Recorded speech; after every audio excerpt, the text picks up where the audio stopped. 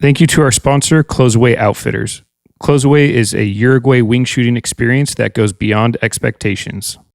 Welcome back to another episode of Save for the Blind podcast. This is your normal host, Carson Odegard, with my co-host, Jeff Smith, and today's guest is Cory Overton, who is CWA's science director. So, Cory, welcome to not only the podcast, but welcome to CWA as well. Thank you. I'm glad to finally make it over to CWA after many years in California. Yeah, you've probably been working alongside us for a long time. Long time. Used to drive around your vehicles all the time when I first got here. Were you a tech when you first started? Yeah. I came here in '99 for one of the first satellite tracking projects in California. It was the first time I'd worked with ducks. Never duck hunted, and came here. Lived in the bachelor quarters on Grizzly Island Wildlife Area and tracked the whole Delta twice a day, every day for a whole season. And what year was that? That was 99 to 2000. I remember the New Year's Day 2000, the Y2K, I was in the middle of the Delta and realized I'd have no idea if the world ended because there was nothing around me. But you said you had never done anything with ducks before that, or no duck hunting experience. So why come out here to do ducks? I grew up in Colorado and went to high school in Reno, and I always thought I was going to work with big game or something in the Rocky Mountains, and following tech jobs around the country as a lot of new graduates do, and ended up lucking into a job out here and ended up in Sassoon. And 28 years later, I'm doing the same stuff. So now, are you a waterfowl hunter now dealing with it all? I am. Yeah. Actually, I had one goose hunt in Colorado before I came here, but my first real duck hunt was on Twitchell Island. I got drawn out there in 99 and had a phenomenal solo hunt with borrowed decoys. I think I was wearing a blue jean jacket, and I maybe had waders, probably the ones that were donated or that were part of the project. And despite all of my best intentions, and I'm sure people thought somebody dying with a call in the blind, I managed to do pretty well for myself. Unfortunately, it hooked me, so I stayed, and I've been here doing it ever since. Well, good. So give us a little overview of kind of your background with some of the other agencies and kind of what your role there was. Yeah, so I worked for the USGS in Colorado doing some tech jobs, small mammal stuff, and then with universities at Oregon State. Came back here, came to California, like I said, in Sassoon in 99 and worked for the USGS, and I've pretty much been there ever since. Had a great setup there, working for a great guy, Mike Casaza, who retired last year. And, he really kind of brought me through from being 12 months out of school, green, and not knowing anything except for I was one of the few guys who never got the truck stuck. So I think that's why he kept me around. And he ended up finding a good project for me after that PINSAT, the first year project during the summer. Of course, there wasn't much tracking to do, so at least not on ducks. And so I worked in the Sierras on band-tailed pigeons. That turned into a master's degree at Oregon State University, developing a protocol that's still used to count them every year. Then I came back and worked on a variety of things for Mike and the USGS, including sage grouse, garter snakes, cranes, whatever came my way. Ended up starting work on an endangered species in the bay that lives in the tidal marshes, the Ridgway rail, and did my PhD at Davis on those. And this whole time I was getting paid by the USGS, which is a scenario that just doesn't seem to happen anymore. It was a great boss, great system, lots of luck. I'm really fortunate to have made it through all that. And Mike retired last year, and the program has been a phenomenal success. We've been marking birds, got back into duck tracking in 2015, and we've been doing it ever since. And it really kind of felt like coming home. It was a good spot to be for the last decade. And Cory, with your new role with CWA, kind of what does that entail, and will you be working on some of those projects that you're working with USGS? Yeah, it'll be a lot of the same type of stuff I was doing for a portion of the job. The job's got kind of 3 different roles. One of them will be research, so I'll continue to kind of bring in the science and work on collecting data and finding out the new questions and new answers to those questions. The second part will be extension. So we'll be trying to apply a lot of the findings that we have and figure out problems for wetland managers and agricultural producers that are doing things to help waterfowl in the state. Then the third part is education and academia. I'll be working at UC Davis to kind of train the next generation of wetland and waterfowl professionals. And my role there will be to kind of provide the real world laboratory and real world problems to the sort of theoretical and book learning that they'll be getting through UC Davis. That's amazing. So you'll be like the field professor instead of the in class. Yeah, You'll be the fun guy. hopefully that doesn't just mean mushroom, but yeah, I will be working hand in hand with the Raveling Endowment Chair, Kevin Ringelman, who's there. So the two of us will be kind of sort of tag teaming this program and taking a program really further than I think most other universities are going to be able to do it. It's really a fortunate spot. We're really the non-endowed chairs across the country are going to start being lost over the next several years as people retire and age out. A lot of the universities aren't really looking to replace waterfowl programs. Wetland programs probably so, but this focus that we've had on waterfowl is disappearing, and it's disappearing pretty quickly, except for the endowed chairs. And so being one of the people who can help kind of build the bridge between students and waterfowl and channel their energy and ingenuity towards problems that I'm too old to think about maybe in some cases is kind of a opportunity that I can't really pass up. It's super valuable right now because we're going to need these folks in the future, and they're not going to just come unless we put effort towards it. And all those non-endowed chairs that are kind of going away as people retire, is it just a funding thing where they just don't want to fund the position?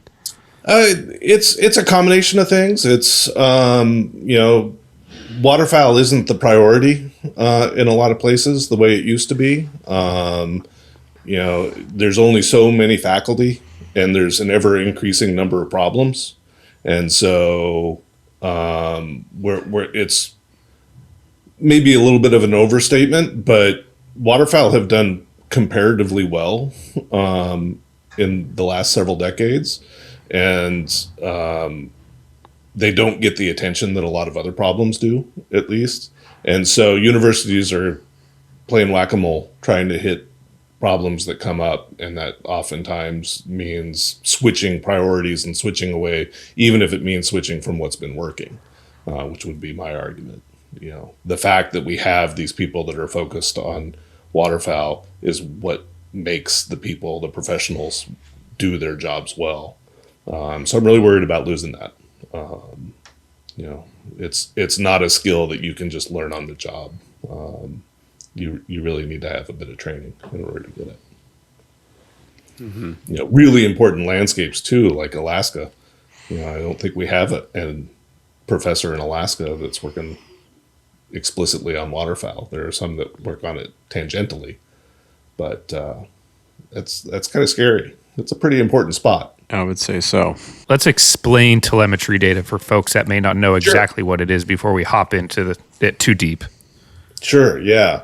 So telemetry is a term we use for putting a device on a bird that allows us to relocate it. In the old days, we used to do this with radios, really old-fashioned radios that would basically just be a beacon. And we would have to figure out what direction the beacon was and move to a couple different locations to try and triangulate.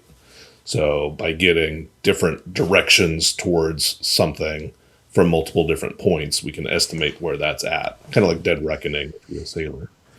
And that old style was incredibly useful. It was used for decades. Relatively simple with batteries that could last forever, but it required a bunch of yahoos like me driving around trying to figure out where these animals were. And it was not super accurate. Took a while to get the information, and the birds could move in between, so you might not get the best locations. Telemetry nowadays usually means having a device that can actually record by GPS and then transmit that information off. And so there's still like GPS radio tags that might just store it and then send it through a radio signal. So you still have to be close and kind of drive around and find it.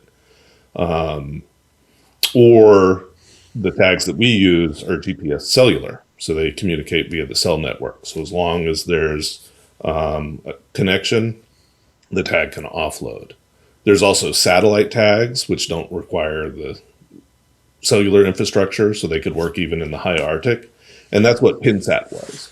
PINSAT was the first large-scale waterfowl satellite telemetry project. And so it allowed us to mark birds down here in the winter and figure out where they were going to breed. And the only other way that we had to do that in the past was through banding.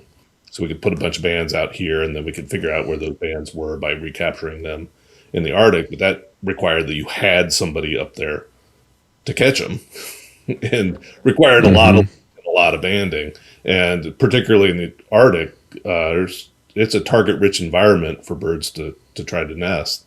And so being able to find them up there is pretty difficult. So the satellite tags are what was developed in the late 90s, and by 2000 was when the PINSAT project started, and late 98 I think was the first tags, and 2000 to 2004 I think is when that project really kind of hit its stride. And comparatively, we were kind of putting bricks on birds' back. They were big units, required a big battery. They didn't necessarily last quite as well. They also used a technology that was not GPS. It was called Doppler shift. Kind of like, you ever been close to a railroad track and hear a train go by? You know, that train sounds one way as it's coming towards you and sounds a different way as it's going away. That's the Doppler shift. And so by having satellites that are listening to a tag, as the satellites move past, they're basically acting like the train, and they can triangulate based off of when that tone changes where the transmitter's at. And so it's can be relatively accurate if you're talking about the whole globe, but we're talking on the order of several hundred yards to maybe a mile on relatively good locations. So it's not quite GPS, but it'll still tell you whether your bird's in Alaska or not. And that's what PINSAT taught us.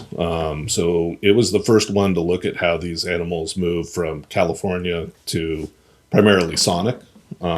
Really showed how important SONEC was as sort of the pre-staging for breeding birds. What's SONEC?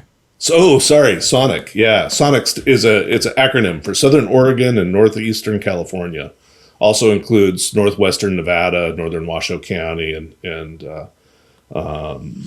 it's this area of the Great Basin with really sort of clustered habitats in low-lying basins like the Klamath Basin, Summer Lake, Malheur, Goose Lake now. And these areas are incredibly important. And prior to PINSAT, we knew that there were lots of birds there, but we didn't realize how extensive the use was as these birds leave, especially for things like geese and a lot of ducks like pintail that are capital breeders, meaning they need to eat their way up to the breeding area because they're not going to eat very much while they're on nest. So they need to have all the food and nutrients that they need as they make it north, because they're not going to find it when they get up there, or behaviorally they're going to be sitting on a nest and not able to go around and look for it. So SONEC, this area at the northern part of the state, I basically think of it as Klamath, but it's really much bigger than Klamath. It extends all the way to Malheur, and nowadays even extends kind of all the way to Boise. We certainly get increasing numbers of white geese and white fronts that are over in the grassland and agricultural areas west of Boise. And so that's this kind of primary staging area. PINSAT taught us about that, and then it taught us where birds went as they went from that, and that some pintail would migrate to the Yukon Delta, where the typhoon was last year, and they would make that flight directly over the open ocean, crossing it in a day or 2 days, and end up in Alaska without ever stopping. Then others would sort of go up along the coast and hit the islands and inlets along Oregon, Washington, British Columbia, around Juneau, Ketchikan, so on, and make it over to the Yukon the same way. But most of the birds, or a lot of the birds, would go interior into Alberta. And so there was kind of a timing sort of thing. That was one of the big things that they found, was early birds would do one thing, late birds would do a different thing. And that has a lot of implications on what resources are going to be where the birds end up. If they make a bad choice and make a left instead of a right, they might end up in a spot that still has 6 feet of snow on the ground. They're not going to do very well. And it could totally destroy breeding opportunities for the rest of the year, if they even survive it to begin with. It's really amazing to me how these birds all kind of make this sort of, with a lot of birds that we have marked now, we can see large numbers of birds making the same decision to cross, say, the Rocky Mountains, to head from Boise or Malheur and head over to, say, Freeze-Out Lake in Montana or Alberta. And they're all doing it in the same 48 hours. And I still can't quite figure out what cues they're getting from the other side of the mountains that say it's finally green enough to make that jump. I haven't yet seen birds make really bad decisions yet. There's been some really awful springs in that part of the woods. So they're still making it across.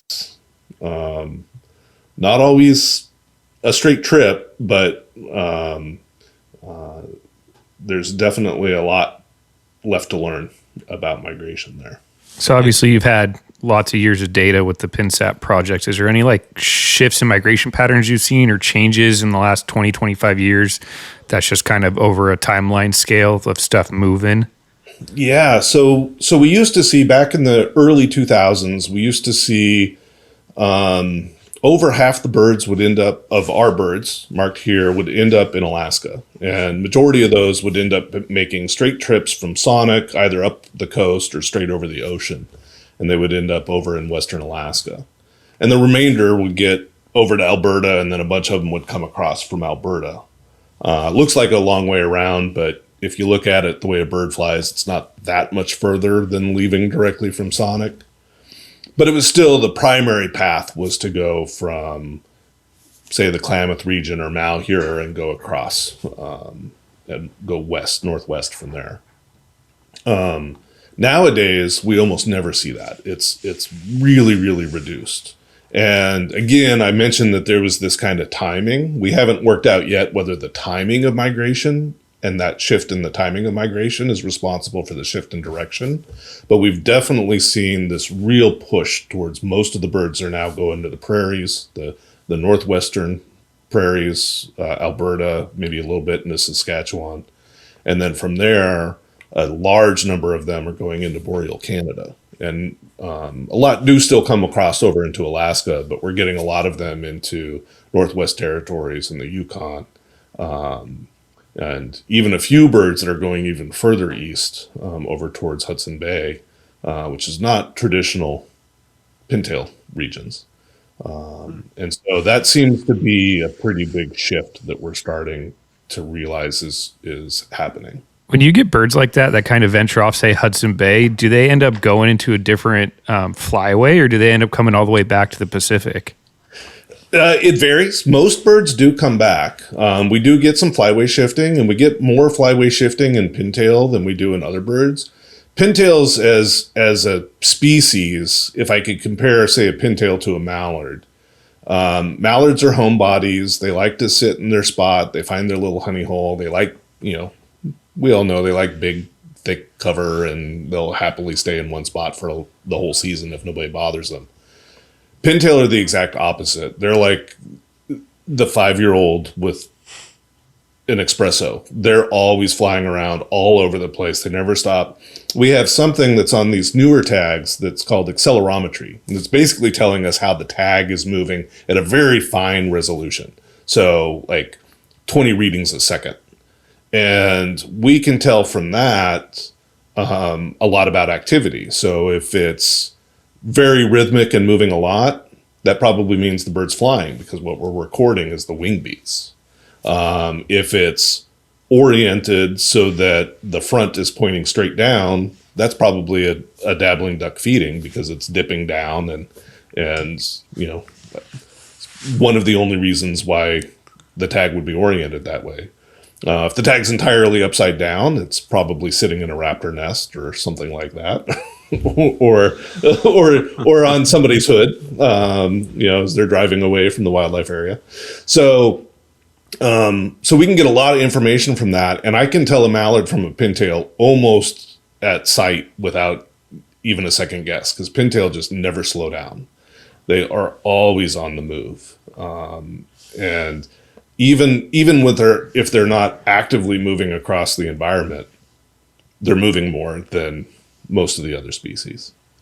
So I want to have you clear something up for us. So difference between what you're saying in tags versus bands. Yes. Sorry. So tags, when I say tags, I'm referring to the transmitters that we put on these birds. Usually these are fit on like backpacks. Some of the geese, we can put them on as collars. We're going to try a couple new tags this year that are leg bands that aren't going to be GPS, but they'll still provide us information about location. We get the location of the receiver, not of the bird. But we're going to try those out. It's kind of like this first generation of smart bands. So when I say tag, I'm referring to one of these telemetry devices. It could be a backpack, collar, whatever. And you mentioned earlier, staging up in Klamath. So when does that typically take place? And when a bird is staging up in the Northeast zone, is it like a few days? Is it weeks? I mean, how long typically will birds stage to make their next push? It can be an extended period of time. We have birds that are still up there now. It used to be uncommon, exceedingly uncommon, almost rare to have birds that would be in Klamath in January. We've had birds that have been up there all season long, have never come down.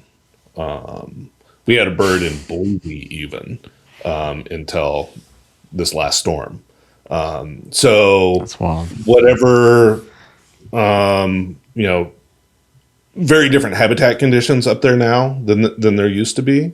And it will always vary a little bit here or there. Certain years they'll stay, certain years they won't. Some years they'll go up mid-season and then come back. Usually the larger bodied birds. So it tends to be geese that do that, not ducks. But they can be up there for days. Some of them will be, particularly in Klamath, because it's such a big energy dense, and Klamath Refuge is the first refuge in the network. It's built for ducks. That was its entire purpose. and they do a really good job up there, and they can stay up there for 2 months before they head north. So they might head up there as early as the end of February, and then not head up to Alaska until April or May. That's how important Send them that back. is. Some birds will spend more time in Klamath than they'll spend in the valley between fall migration and through spring migration.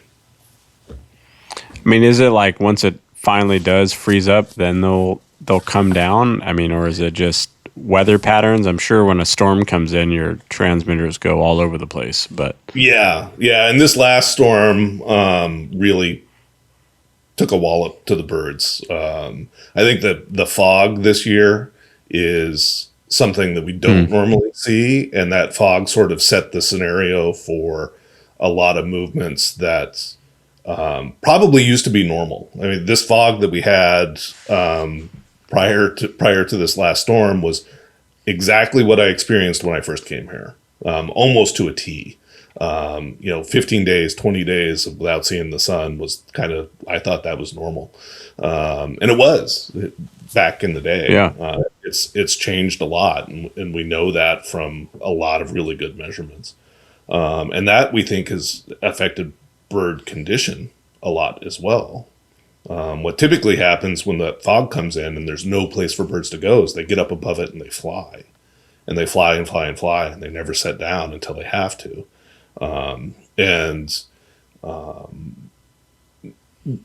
The bird just hopes they're making a good decision when they do it, and they're not landing on the decoys. They're finding the actual sanctuary and not the decoys. But back in the 80s and 90s, our birds were in awful body condition. There were a lot of other habitat reasons for that as well, but one additional factor was the fact that we would have fog for a quarter of the winter that these birds would have to fly around. And now we don't see that. And we can tell that by looking at how many birds were flying 25 years ago when we used to track them and how often birds fly now. And there's really no reason for birds to get up and fly like that. It's really changed a lot. That's so interesting because me and Jeff were hunting during that fog, and I looked at him and I go, you think like when the fog breaks, they're like, oh, this isn't where I'm supposed to be. Like, do they, I've always wondered, do they have the sense to be able to know where they are above that fog? That kind of answers the question. They're just mindlessly going around and hoping they don't end up in the wrong spot. But I would just wonder, once the fog breaks, do they all the data points go back to where they started? And we'll see. They haven't made it there yet. We had a lot of birds. I mean, this last storm really moved birds around a lot. We had birds that went from Sac Refuge all the way back up to Summer Lake and went the wrong direction. Oh, wow. and then got up there and went, nope, this is too cold. Come back. Came all the way back down and is now sitting over at Delavan. So you got a bird that went from one refuge, went, I don't know how many 100 miles that is, up to Summer Lake, and then was there for 6 hours and turned around and came back and ended up 5 miles from where it started. And we have other birds that have gone down. We had birds that have gone down to Tulare in the last couple days. And what seems to happen is, birds have behaviors. They have sort of modes of operation just like we do. Some birds really get up and move. Like I described pintail, they tend to be the ones that do that. Others tend to be like, nope, I don't like this. I'm going to just sit down and not move. So you look at some of the refuges now and they all look like starbursts. Everybody's just going out from the same sanctuary areas, and they're going and finding the very first field that they can find, and they're sitting and eating all night and then coming back. And so some move less when the weather's really bad, and some move more.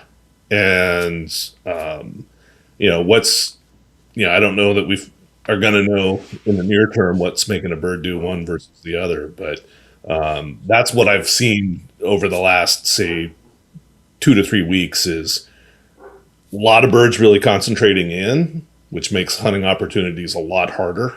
We want bright sunny days with lots of wind, because the birds can see everything. You get lots of movement in your decoys, and the problem with the fog is it just blocks everything. They can't see down below it. They can see horizontally for 50 miles, but they can't tell what's 100 feet below them. And so it's hard for them to find that pocket of water where they want to be. And once you do start getting the fog break, you just hope that that's where your decoy is, because that'll be the honey hole. And Cory, we mentioned the birds going back up to Klamath and coming back down. Like, do you see any trends where they're like birds going down to Mexico, then coming back up to, like, let's say Tulare or Basin? Like, is there any of that on the south end of things? We've seen a little bit of that, but we don't see a whole lot. And I think that's mostly because of when and where we're marking birds. We tend to mark a lot of our birds postseason because we want to get as much information about the annual cycle as we can. So we do mark a lot of birds preseason because they're easy to catch. There's a lot of efforts. We do a lot of banding and stuff so we can get those out. But if we do that, we also lose a lot of tags, right? A lot of tags get harvested. And so, which gives us great information too. We get plenty of information about harvest just from the birds that are marked preseason and selection, what they're doing. But because we're marking birds principally in the northern part of the valley and principally later, we're not getting as many birds that are going down to Mexico. We get a few occasionally. Every once in a while, we'll get a random cinnamon teal that decides it wants to head down south. But the only bird in the last 2 years that we've had go to Mexico from California was actually a snow goose that went to Baja last year and is down sitting outside of Lancaster right now. It's like this total Mojave snow goose. It's kind of a cool bird. That's wild. Yeah. It was last year. It was crazy. It was hanging out at like some baseball fields and the playground at the school and all of this stuff, finding grass wherever it could, it seemed like. That is great. Yeah. That's phenomenal. Like, some of these birds that you've tagged, I mean, are you still getting transmission from them like 2-3 years later if they are surviving? I mean, what's the typical, once you put a backpack on one, that you're still getting data on it? Yeah, I mean, unfortunately, we're not getting usually a full life cycle. It's hard putting a transmitter on a bird. They're carrying, we try to keep it, we have to keep it under 3, but they're usually carrying about 2% of their body weight year round while running marathons twice a year. Or maybe a marathon's a bad term. It's like a 2,000-mile sprint. And so that's the equivalent of me carrying almost a 50-pound backpack. It's not 50. 5-pound backpack strapped to me everywhere I go. And so we do get a lot of birds that don't survive the year, don't come back from the Arctic. I don't think it's actually so much because of the tags. I think it's more because in order to keep the tag weight as low as possible, we use solar power to recharge them. And we have yet to find a nice matte finish to a solar panel. And that sort of glare is a potential source of ID for raptors or something that might be trying to come down at something. If you've got a flock of 200 ducks and one of them is blinking at you, that's probably the one that your eyes are going to gravitate towards. But we do get tags. We've had pintail that we've tracked for almost 4 years. The typical tag, it lasts about a year, and a lot of those are recovered due to harvest, so we can put the tags back out on subsequent birds. But we've had ducks for up to 4 years. We've had geese for 4 years because they're bigger, more heavy-duty tags. And that data is the real gold, because then we can learn from one individual what makes an individual do one thing one year versus something else the other year.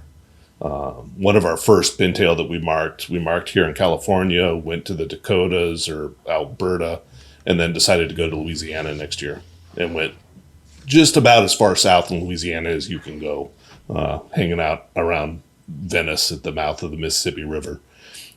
Came back up, went back following breeding season to Alberta, Saskatchewan, and then came back to California on its third winter. So Just wanted to go for a trip. just wanted to go hang out for a while. And that was a female, which is a little more unusual. We tend to think that males tend to be the birds that move around between flyways. They tend to be a little bit more mobile because there's less to tie them to a spot for reproductive needs or anything. But that was a female. It was pretty unusual. Just went for a little holiday. Yeah, and it's not the only bird that we've had do that. We've had a lot of snow geese have done the same thing. The interesting thing that we've seen with the snow geese is how often they'll actually switch breeding colonies.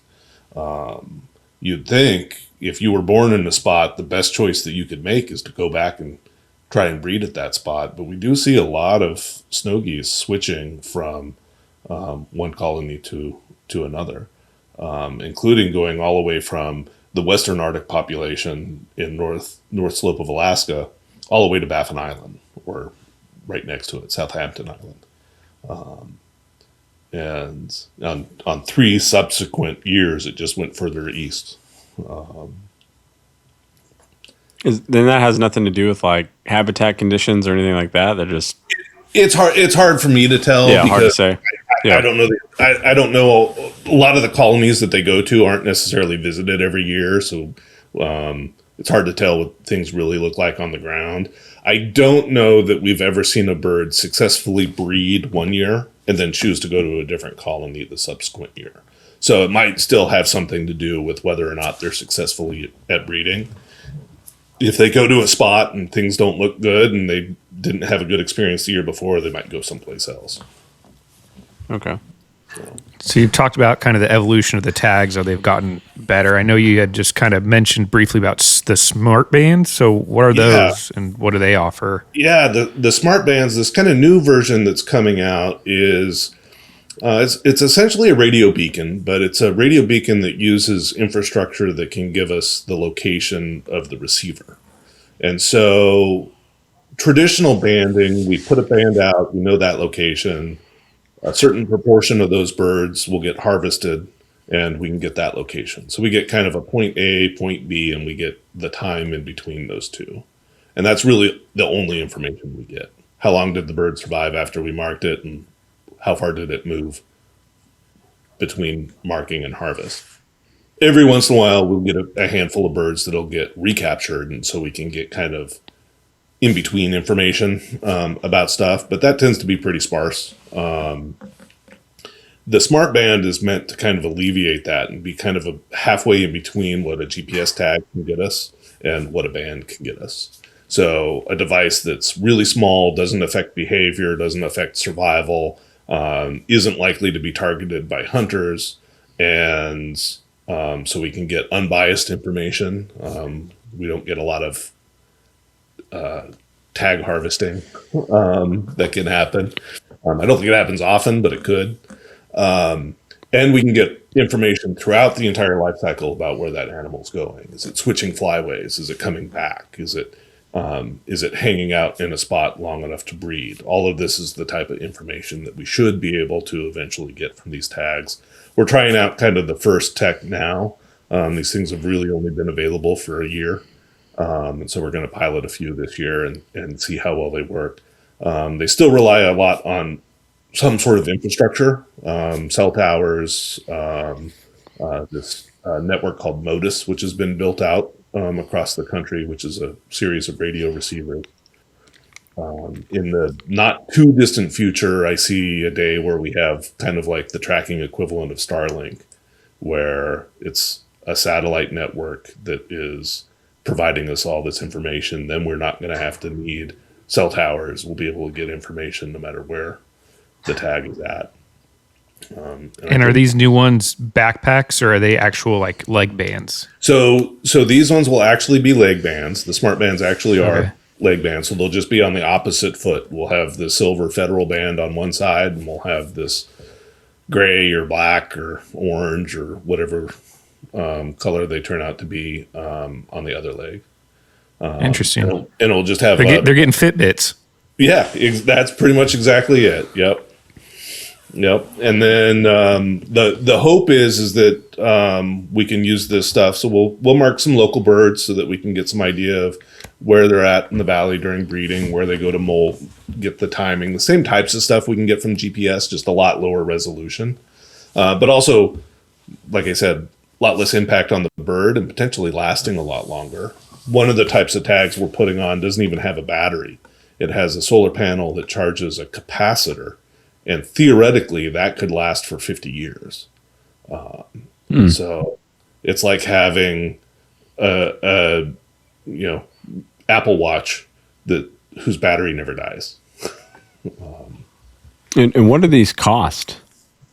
That's per unit? the best part. These new tags are about 1/5 the cost of a GPS. So they're still a couple $100. They're going to be hard to make something operational. We're not going to replace banding as a tool anytime soon. They do still have electronics. We don't know how well they're going to work long term yet. Like I said, they've only been around for a couple months. But at the price point where they're at and where they're likely to go in the next year or two, they could really dramatically alter how we understand how populations are distributed, not just in California, but across the continent. And that's going to be really important to understanding things like how habitat and agricultural policies are influencing things here, even when the birds aren't here. And in terms of like the other flyways, is everyone doing this, across the board equally, or like does the Pacific Flyway have more birds tagged and are being monitored? And who kind of heads that up at the same time? Yeah, there's still a lot that's done sort of ad hoc in each flyway. There's not like a specific overarching national group that's coordinating stuff. When we started the GPS effort 10 years ago, we were definitely ahead of most folks. But there's been some really amazing investments in other flyways the last couple of years. Hundreds and thousands of tags have been put out in central Mississippi Flyway, in breeding areas and in wintering areas. And, one of the things that I've loved about working on this project is being able to kind of teach everybody what not to do. Finding all the errors first as one of the early adopters, I think has hopefully really helped folks. And it's definitely enabled me to build a lot of collaborations with folks. So even though there's no direct coordination between that, we have so many collaborations with folks that are doing this that there's just an amazing array of data available through partnerships and data sharing. And it's growing still. I just heard of another 500 tag project that's starting this year, so it's not going to end, and there's going to be plenty of us to leverage for many years to come. That's amazing. I think all hunters in general just they're pretty fascinated by what the birds can do and kind of their life cycle and where they go and why they go certain places. And speaking of that, I mean, this year we were lucky enough to have our 3 pintail. How does telemetry kind of work into that? And, how many pintail actually have, the transmitters on them, and how does that change kind of with the hunting bags and seasons kind of going into the future? Yeah. So our marking effort was done entirely independent of the harvest regulations. So we didn't gear up to do anything with pintail this year. Not explicitly, but we have marked a lot of pintail in the last year. I think we have several dozen pintail still active right now. I want to say we have a total of about 150 ducks active, and I'm guessing probably 30 of those are pintail. So a pretty good proportion of what we have on air. The limitation that we have with pintail is we don't have the tag longevity for pintail the way we do for a lot of other ducks, because they undergo such long migrations, because they undergo early migrations. We tend to lose more tags either to natural mortality or whatever else.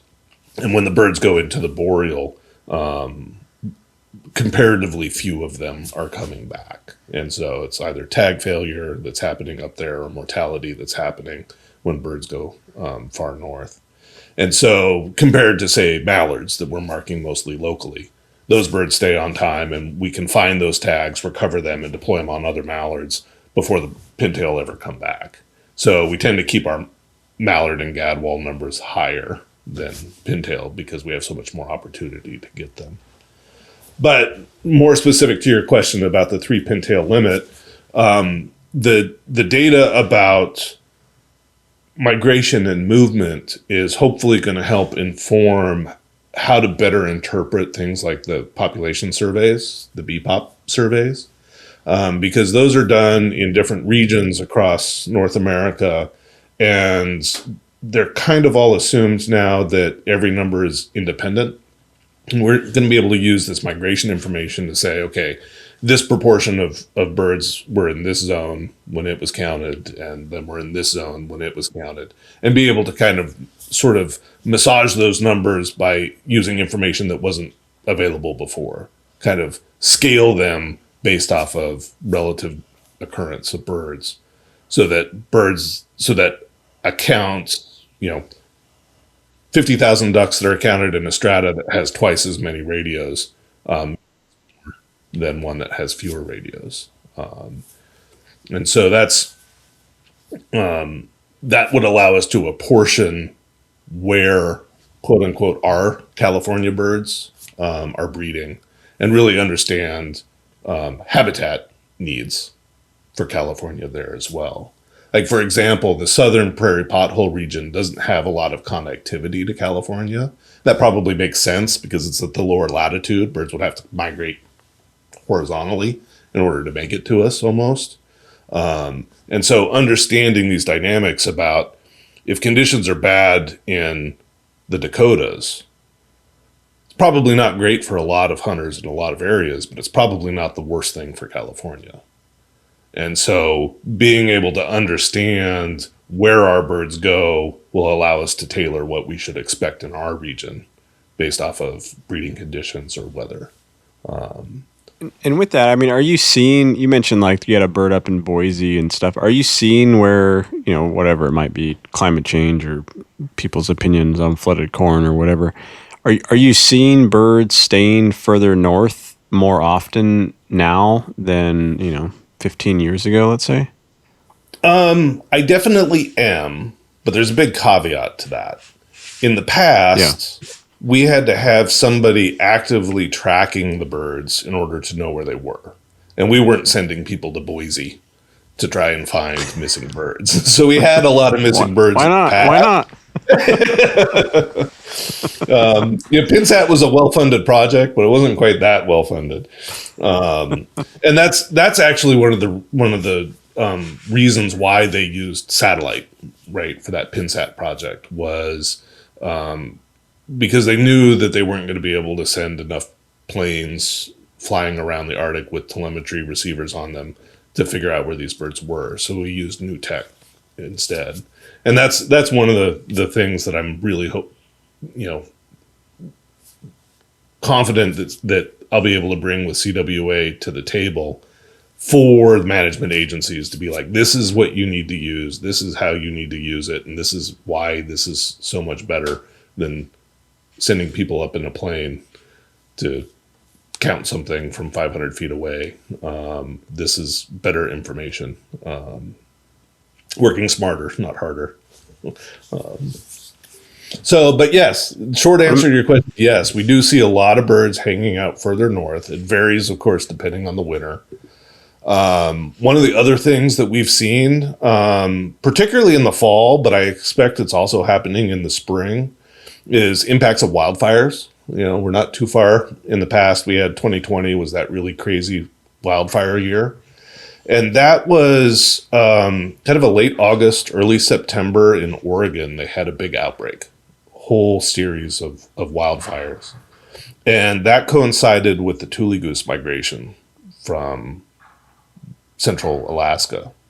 And so we had birds that were coming down, and they hit basically Vancouver Island. And one of the weird things that coincided with that wildfire event was, easterly winds. So it blew the smoke from the mainland out into the ocean and basically created a wall of smoke over the Pacific. That these birds were flying across the ocean, 100, 200 miles from land, hit this wall of smoke and just sat down on the ocean and stopped. And we had one bird that stayed for 4 days off the coast of Washington, not able to see the sun because it was those crazy orange skies and everything that we all remember. And then eventually got up and flew and made its way back around to Summer Lake. We had, I think it was 4 different birds that were all flying, and everyone had sort of a different response, but every bird had a very obvious response to hitting the smoke. Some of them would go big circuits around and try and come around from the other side. So they'd fly almost twice as long as they needed to go from point A to point B.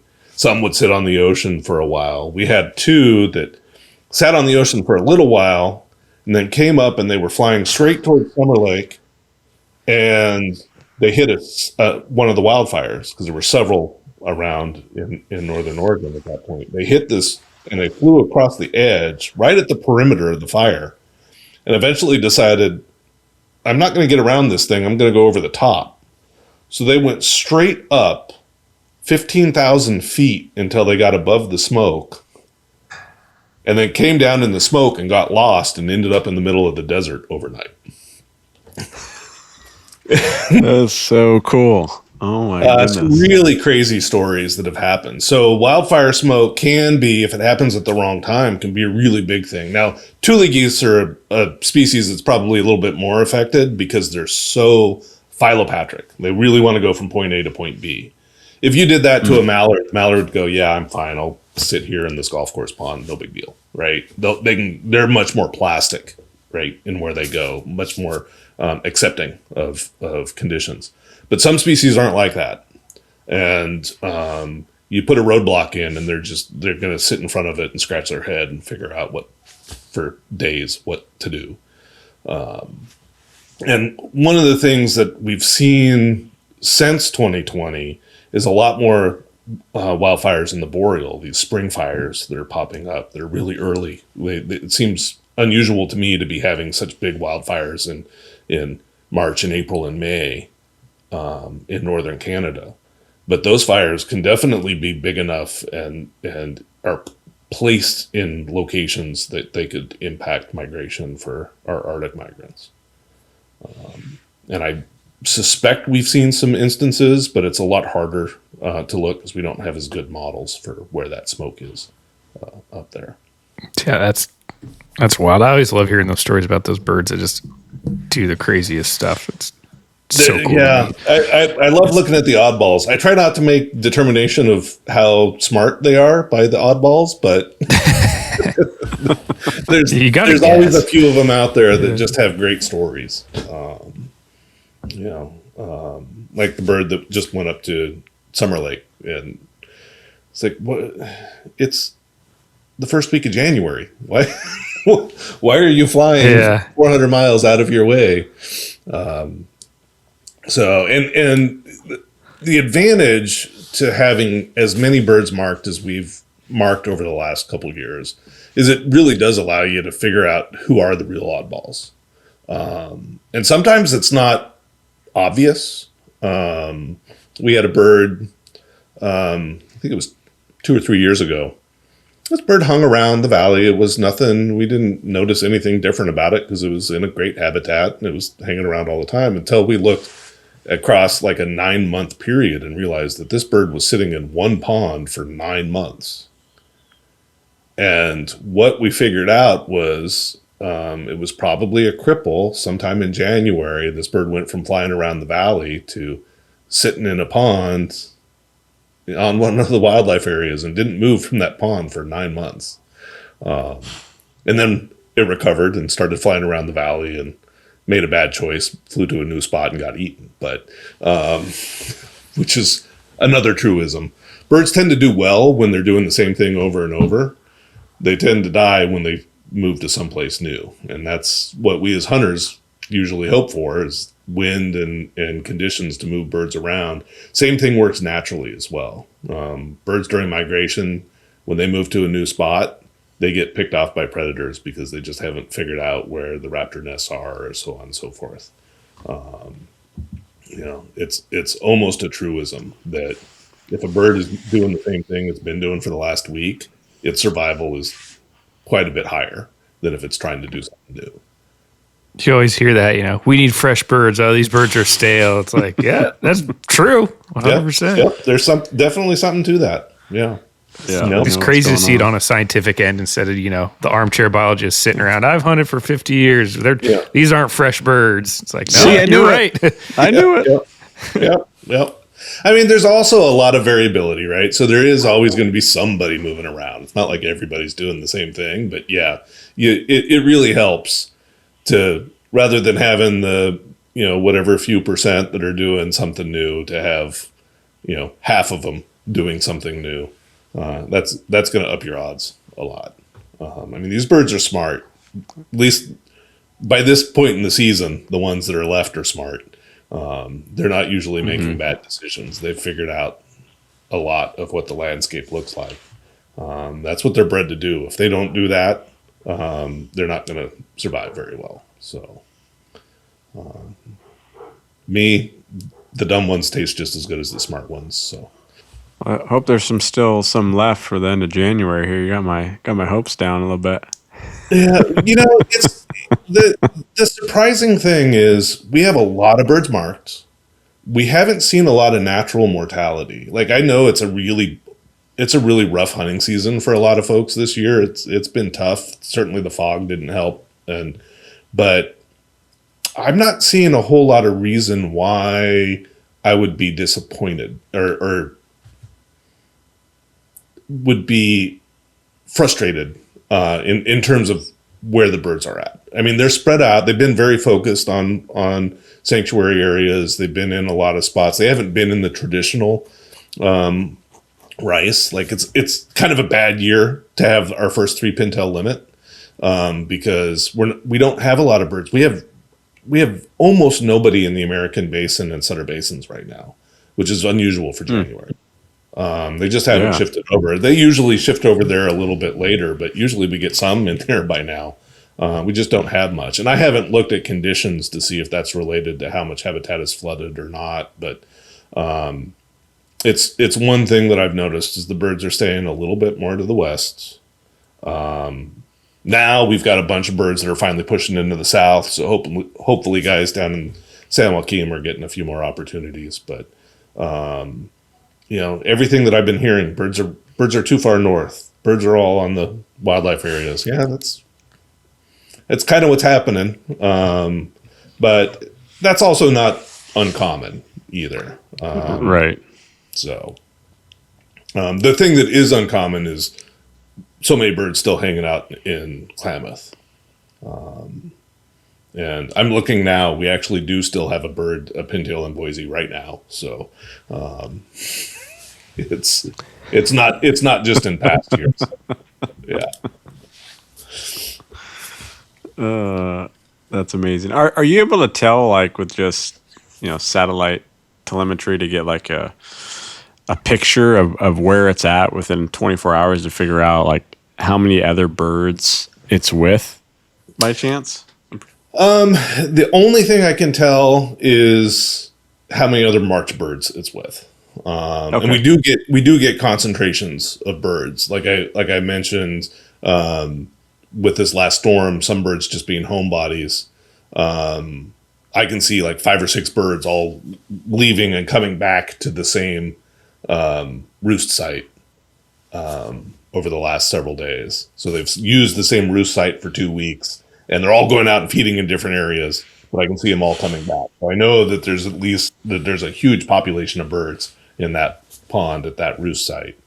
But we don't know, and we haven't found a great way of knowing yet, is one bird that's out in the landscape is usually not representing one bird. It's representing a flock. and how many birds are in that flock. The one of the next generations of smart bands might do that. There's some new technology, we call it the social network band, that can tell you who's next to who, because the bands will talk to each other. And so even if one of those bands gets recovered later on, it can say, oh yeah, back in January 8th, I was at 11 o'clock, I was near these 3 other bands. And those bands were near these 3 other bands at 7 in the morning. And one individual can end up carrying the whole sort of catalog of connections across all the other bands. And that's another tool that's going to really, really revolutionize how we understand, because then we're not just tracking one individual at a time, we're tracking whole populations at a time. And I don't think we've even fathomed how powerful that's going to be. Yeah, that's amazing. That's so neat. Let's switch gears a little bit here. You're also working on developing some habitat assessment tools. What does that kind of entail? It sounds like it's going to help wetlands and waterfowl managers, et cetera. What's that project? Yeah, so there's a couple different things. These are ideas in progress, and a few things to pilot this year. One of them is kind of the idea of this extension, figuring out what are the problems that fall through the cracks that aren't things that get dealt with in, say, a incentive program or something like that. How can we make these things more effective with all the sort of random problems that pop up and difficulties? Things like, I don't know, mosquito abatement. How can we reduce the amount of times that we have to deal with spraying and so on and so forth? Or this noxious weed just came in. How do we get rid of this weed without ruining the whole unit because of having to drain and disc it or so on and so forth? So those are going to be a lot of the sort of nut and bolt sort of extension things. Then one of the other things is the ducks that we're marking should be the ultimate indicators of whether what we're doing is good or not, beneficial. If we're doing a habitat enhancement project somewhere, then at some point in time, we better start seeing ducks use it. And if we can mark birds and get samples of selection, information about selection from those birds, that's not, I marked them in this pond, so I know they use that pond. Yeah, okay, that's helpful, but not useful. If we can get that stuff more independent, then we can start to assess which incentive programs are working, which properties are working better than others, which properties should we include in incentive programs, how should we aggregate information to provide uses across the entire life cycle so we can rebuild a history of use across animals so that they're not always trying to hunt for the next available thing. One of the difficulties in California is it changes so fast. It's hard for an animal to have consistency here. And we know that tends to be important. And if your nesting habitat is next to a pond when you start your nest, but that pond is dried up by the time you end your nest, that's a problem. So how can we find good nesting habitat and bring in the incentive programs that will benefit brood water, having brood water next to that, kind of build these sort of networks of maybe regional components or at least a spatial awareness of what's working and what's needed in different parts so that we can put our money where it's most effective. That's what we're trying to build, and using the birds to help us do that. One of the things that's been the most fun over the last couple of years is being able to mark birds in one year and then figure out where they're nesting the next year. Totally independent. I can go out and find nests and put backpacks on nests and go, they nested here because it's where I found them to begin with. But to get that totally independent nesting the subsequent year and figure out how many of these birds are nesting on our wildlife areas, how many are nesting in agricultural fields, how many are nesting in rice levees, where can we incentivize different vegetation management to benefit those? Because certainly for our mallards, That's really the key right now. Is we need to find a way to get more reproduction across the landscape, and we're finding some good ways to incentivize folks to do things that we know that will help. Now we just need to see if there are spots that will work better than others. Yeah, it sounds like obviously you've done a lot of projects previously. You still have your hand in a lot of different projects, but what are you most excited about working on at CWA? So one of the things that I'm going to be meeting with folks from across the country next week is looking at some of the pintail demography stuff. So demography, birth rates, survival rates, and movement is how we understand populations and population trends. And CWA is pretty much the primary post-season bander for pintail in the country. There's a couple other spots that have come clear. I guess they're probably the primary bander of pintail, full stop. But post-season banding is particularly interesting or useful because when you combine marking birds prior to hunting and band returns through the hunting season to birds marked after hunting and survive the entire year and then get harvested through the season, then you can get information about survival and potentially reproduction in the off season. This whole big black box that you just can't get from only preseason banding.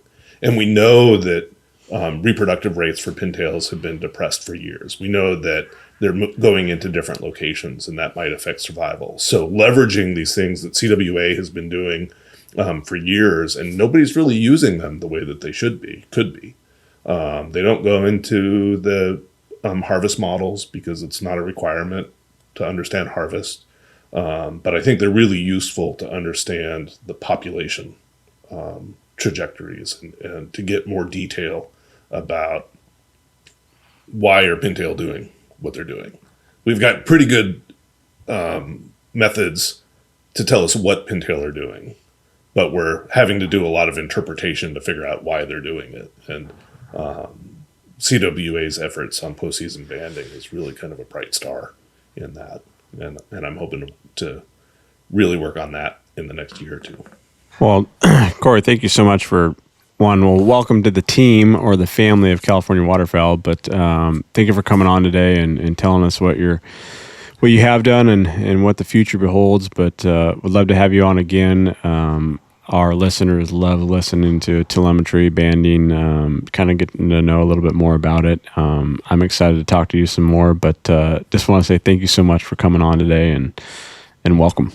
Thank you. Thank you guys so much. I'm really happy to be here. This is a phenomenal change, phenomenal opportunity with a great group of folks. Looking forward to the next several years. Thank you for tuning in to this episode of Save It for the Blind podcast. You can find our podcast on Apple, Spotify, or wherever you listen to your podcasts.